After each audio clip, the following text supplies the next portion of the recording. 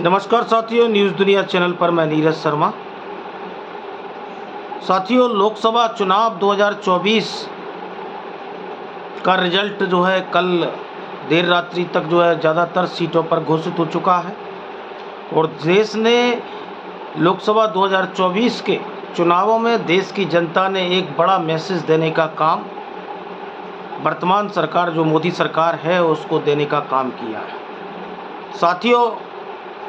देश में कई तरह की समस्याओं से देश जूझ रहा है, चाहे वो बेरोजगारी की समस्या हो, चाहे वो आज शिक्षा की समस्या हो, चाहे वो आज सहारा, आदर्श, PACL, शारदा, किम, रोजवैली जैसी हजारों चिटफंड से पीड़ित कंपनियों की समस्या हो, चाहे वो किसानों की समस्या हो। तो आज जमाकर्ता और देश की जनता जो दुख और परेशानियां देख रही है और उस दुख और परेशानियों से जिस तरह से राजनेता आपको भरोसा दिलाते हैं और भरोसा दिलाने के बाद में वो आप जनता उनको चुनती है और चुनने के बाद में वो राजनेता आपकी अनदेखी करते हैं, तो आज उन राजनेताओं को एक बड़ा सबक देने का काम ये लोकसभा चुनाव 2024 में देश की जनता ने किया है। तो मैं नमन करता हूं देश की जनता को और एक बड़ा मैंडेट दिया है। और जिस तरह से भाजपा की सरकार और मोदी सरकार पिछले 10 साल के कार्यकाल में जो है देश में काबिज रही और जिस तरह से सहारा पीड़ित निवेशकों की लगातार इन्होंने अनदेखी की सरकार में रहते हुए, सहारा के पीड़ित जमाकर्ताओं की बात को इन्होंने अनसुना किया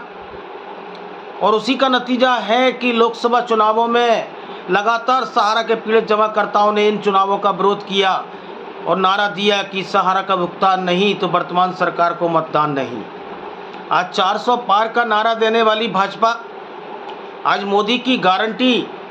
बताने वाली भाजपा, आज सहारा पीड़ित निवेशकों को आदर्श, PACL, साईं प्रसाद, रोजवैली, शारदा चिटफंड जैसे हजारों कंपनियों के पीड़ित निवेशकों को गारंटी नहीं दे पाई। आज एक बड़ा वर्ग है देश में जो लगभग आधी आबादी को प्रभावित करता है, जो सहारा और आदर्श जैसी सैकड़ों और हजारों कंपनियों के पीड़ित निवेशकों की परेशानी को जो है देखता है। आज मोदी जी 1 लाख कंपनियों को तो बंद कर देते हैं, वो 1 लाख कंपनियों में काम करने वाले लाखों और करोड़ों लोग बेरोजगार हो जाते हैं। आज करोड़ों जमाकर्ताओं का पैसा आज डूब जाता है, उस पर मोदी जी का कोई सार्वजनिक रूप से बयान ना आना। ऐसा नहीं कि मोदी जी को पता नहीं है, ऐसा नहीं कि अमित शाह जी को पता नहीं है, ऐसा नहीं कि वित्त मंत्री श्रीमती निर्मला सीतारमण को पता नहीं है। आज सहारा की शॉप में 2018 से 2020 में 9 कंपनियों की जांच बैठाई गई थी जिसको आज तक सरकार सार्वजनिक नहीं कर पाई। SFIO सीरियस फ्रॉड इन्वेस्टिगेशन की जांच को बिठाया गया और जिस तरह से सहारा के आम जमाकर्ता और सहारा के निवेशकों की अनदेखी मोदी सरकार ने की और एक बड़ा वर्ग था जो लगातार मोदी सरकार के खिलाफ में देश में सोशल मीडिया प्लेटफॉर्म पर एक माहौल बनना था और सोशल मीडिया प्लेटफॉर्म पर सहारा के आम जमाकर्ता यूट्यूब और सोशल मीडिया के माध्यम से लगातार सहारा के जमाकर्ताओं को जो है जागरूक कर रहे थे। तो एक बड़ा नतीजा जिसमें एक महती भूमिका न्यूज़ दुनिया नीरज शर्मा यूट्यूब चैनल ने सहारा के 13 करोड़ जमाकर्ताओं को जागरूक करने के लिए सहारा के 12 लाख एजेंट साथियों को एक साथ आकर सहारा के भुगतान के मुद्दे पर केंद्र सरकार के खिलाफ आवाज़ बुलंद करने के लिए एक महती भूमिका न्यूज़ दुनिया नीरज शर्मा यूट्यूब चैनल ने और संयुक्त ऑल इंडिया जन आंदोलन संघर्ष न्याय मोर्चा ने एक अलग जगाने का काम किया और लगातार दिल्ली के जंतर मंतर होते हुए देश के अलग अलग राजधानियों में प्रदर्शन किया और उसी का कारण है कि सहारा का भुगतान का मुद्दा एक बड़े मुद्दे में तब्दील हुआ। तो साथियों, जिस तरह से 2 बार के कार्यकाल में अमित शाह जी और मोदी जी का इस मुद्दे पर ना बोलना, हालांकि देश के कई सांसदों ने सहारा के भुगतान के मुद्दे को लोकसभा में उठाया, राज्यसभा में उठाया और सरकार का ध्यान आकर्षित करवाया, लेकिन सरकार केवल सहारा से भी केस की बात करके आम जमाकर्ताओं को गुमराह करने का काम किया। साथियों, लगातार सरकार ने आपको वोट बैंक समझा ही नहीं, आपकी अनदेखी करने का काम किया। तो साथियों, आज लोकसभा जो 2024 के चुनावों में ये 400 पार का सपना पालकर बैठे थे, तो आज सरकार को और मोदी सरकार को और भाजपा की सरकार को चुनावों में अमित शाह अंतिम में उनको सहारा के पीड़ित जमाकर्ताओं की याद आई। उन्होंने 4 बार लोकसभा के चुनावों में सहारा के जमाकर्ताओं को 85,000 करोड़ के पाई की भुगतान की गारंटी वो देते दिखे। तो इसके पहले अमित शाह कहाँ थे? इस देश के विपक्ष ने भी अंतिम दौर में सहारा के जमाकर्ताओं की बात करते नजर आए, जिसमें राहुल गांधी सार्वजनिक रूप से नहीं बोले, क्योंकि एनडीए इंडिया गठबंधन में सबसे बड़ी पार्टी कांग्रेस पार्टी थी। लेकिन जहां सहारा का भुगतान का मुद्दे की बात आती है, राजनीतिक पार्टी के नेताओं के मुंह से जाते हैं। लेकिन आज भाजपा को अनदेखी करने का नतीजा महसूस हुआ कि एनडीए गठबंधन भले ही 290-95 का आंकड़ा छुआ है, लेकिन बीजेपी भारतीय जनता पार्टी अपनी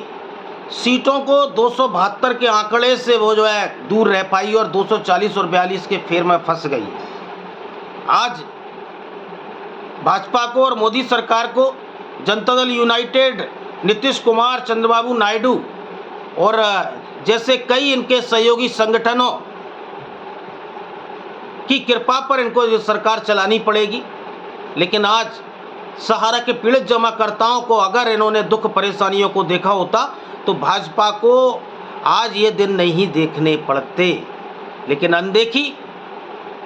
का नतीजा ये है कि जमाकर्ताओं ने आज भाजपा के खिलाफ में मतदान किया, जो भाजपा का वोट बैंक हुआ करता था, भाजपा को वोट देता था और सालों साल से भाजपा के पक्ष में मतदान करता था। लेकिन सहारा के जमाकर्ताओं की अनदेखी और इस रिफंड पोर्टल से जिस तरह अमित शाह जी ने घोषणा की, लोगों ने उस पर विश्वास जताया और 1 करोड़ 22 लाख लोगों ने लॉगिन किया, जिसमें केवल 307 करोड़ रुपए पैसा मिल पाया, जिससे और अधिक निराशा अमित शाह और मोदी सरकार के खिलाफ जमाकर्ताओं में जागृत हुई। और उसी का नतीजा है कि आज भाजपा के खिलाफ में लोगों ने मतदान किया। भाजपा से एक गहरी निराशा एक मतदाताओं को, सहारा के पीड़ित जमाकर्ताओं और एजेंटों को थी। आज देश के इतिहास में जितने भी चुनाव हुए हैं उसमें सर्वाधिक नोटा का प्रयोग सहारा, आदर्श, पीएसीएल और चिटफंड से पीड़ित निवेशकों ने किया है। इतिहास में सबसे ज़्यादा नोटा देश के सभी लोकसभा क्षेत्रों में दबा है। 1,65,000 नोटा केवल इंदौर में दबा है और 9,089 मेरे गुना शिवपुरी संसदीय क्षेत्र में दबा है। तो देश में अलग अलग लोकसभा में अभी तक के इतिहास का सर्वाधिक नोटे का मतलब ये है कि जो राजनीतिक पार्टियां चुनावों में प्रतिनिधि मंडल जो है चुनावों में आपसे वोट मांग रहे हैं, उन पर जनता को भरोसा नहीं है, उन पर जो है जनता को भरोसा नहीं है और वो नोटा के माध्यम से अपना विरोध दर्ज करवा रहे हैं। तो आज सरकारों ने जिस तरह अनदेखी की, अगर मोदी सरकार सहारा के पीड़ित निवेशकों का संबल बनती तो आज निश्चित मोदी जी 400 पार होते। लेकिन अनदेखी करने का नतीजा आज मोदी जी 239-40 सीटों पर सिमट गए और 272 स्पष्ट बहुमत से जो है भाजपा अपनी सीटों के माध्यम से जो है दूर है, अपने सहयोगी दलों के साथ में सरकार बना सकती है, लेकिन वो भी सहयोगियों की कृपा पर ही निर्भर है। साथियों, इस जो हार हुई है, लोगों ने विरोध दर्ज किया है, लोगों ने नोटा दबाया है